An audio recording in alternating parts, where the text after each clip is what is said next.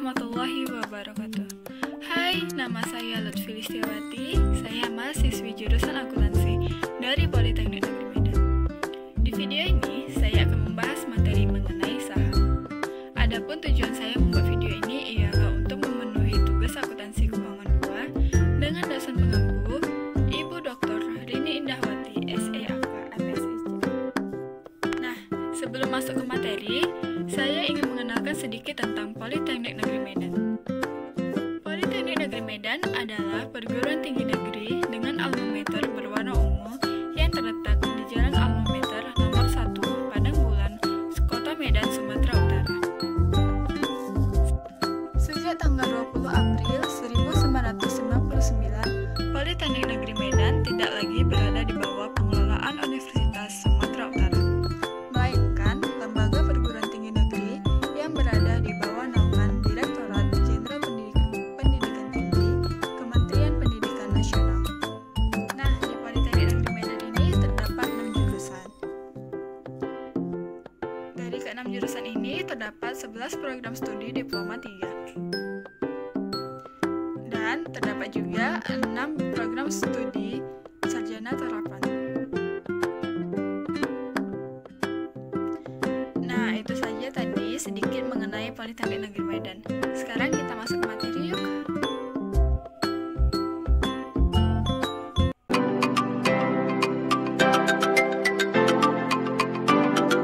Yang pertama, definisi saham. Saham secara garis besar adalah sebuah bukti kepemilikan nilai sebuah perusahaan, atau saham itu sebagai tanda penyertaan modal seseorang atau badan usaha dalam suatu perusahaan atau perseroan terbatas.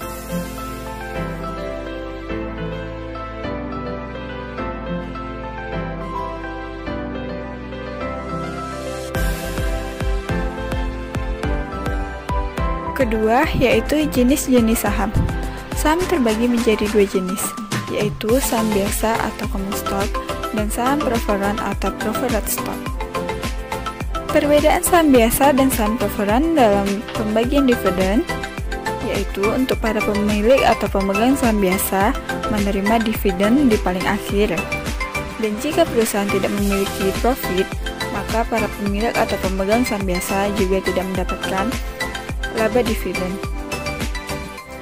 Sedangkan untuk para pemilik atau pemegang saham preferred menerima dividen lebih dahulu daripada pemilik atau pemegang saham biasa. Para pemilik saham preferred memiliki hak mendapatkan dividen tetap dan dapat menukarkan dengan saham biasa.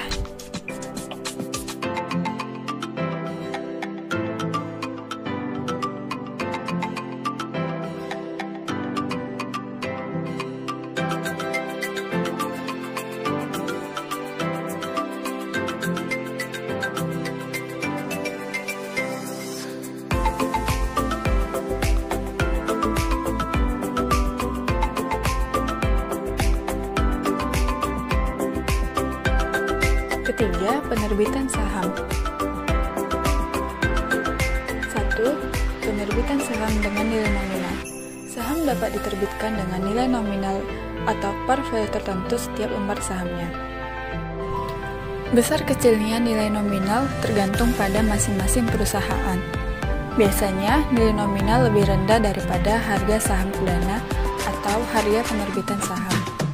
Apabila harga saham perdana atau harga penerbitan saham lebih tinggi daripada nilai nominal, maka akan menguntungkan perusahaan dan menimbulkan agia saham. Sedangkan apabila harga saham perdana atau harga penerbitan saham lebih rendah daripada nilai nominal, maka akan merugikan perusahaan dan menimbulkan bisa giok saham. Seperti pada contoh yang ditampilkan.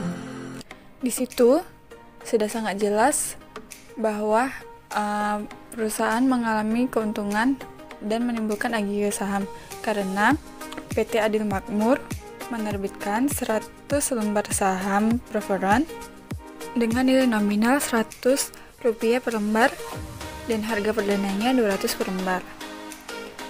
Jadi jurnalnya yaitu kas sebesar 20 juta di debit saham preference sebesar 10 juta dikredit, Agio saham preference 10 juta dikredit.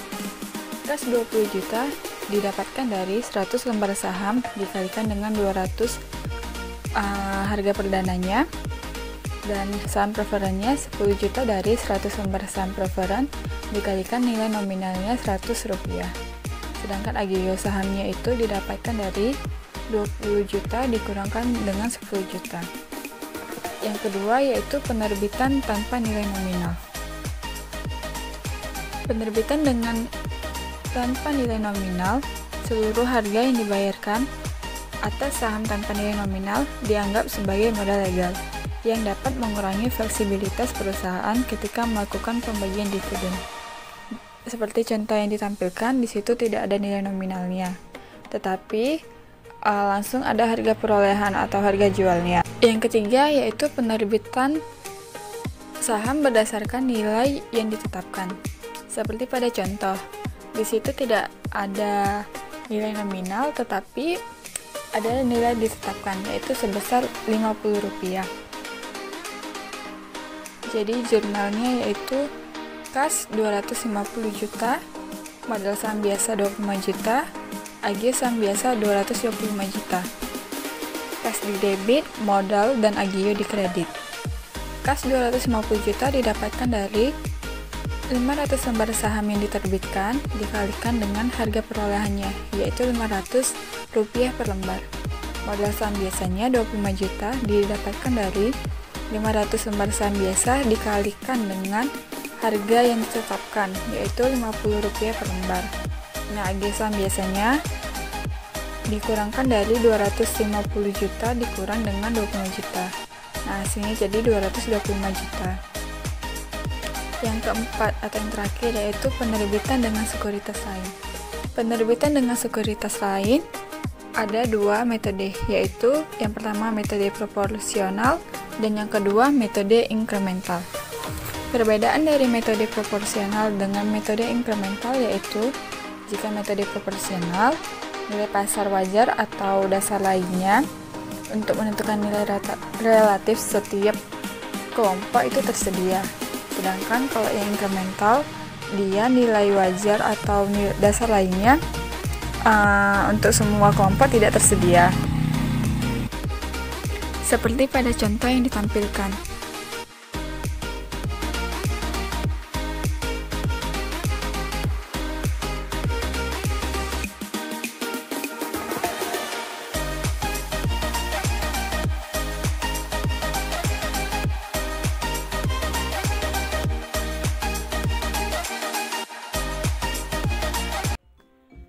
Ini saja yang dapat saya sampaikan. Mohon maaf atas segala kesalahan dan kekurangan dalam penulisan dan penjelasan. Sebelumnya sekali lagi saya ingin mengingatkan, jangan lupa like and subscribe.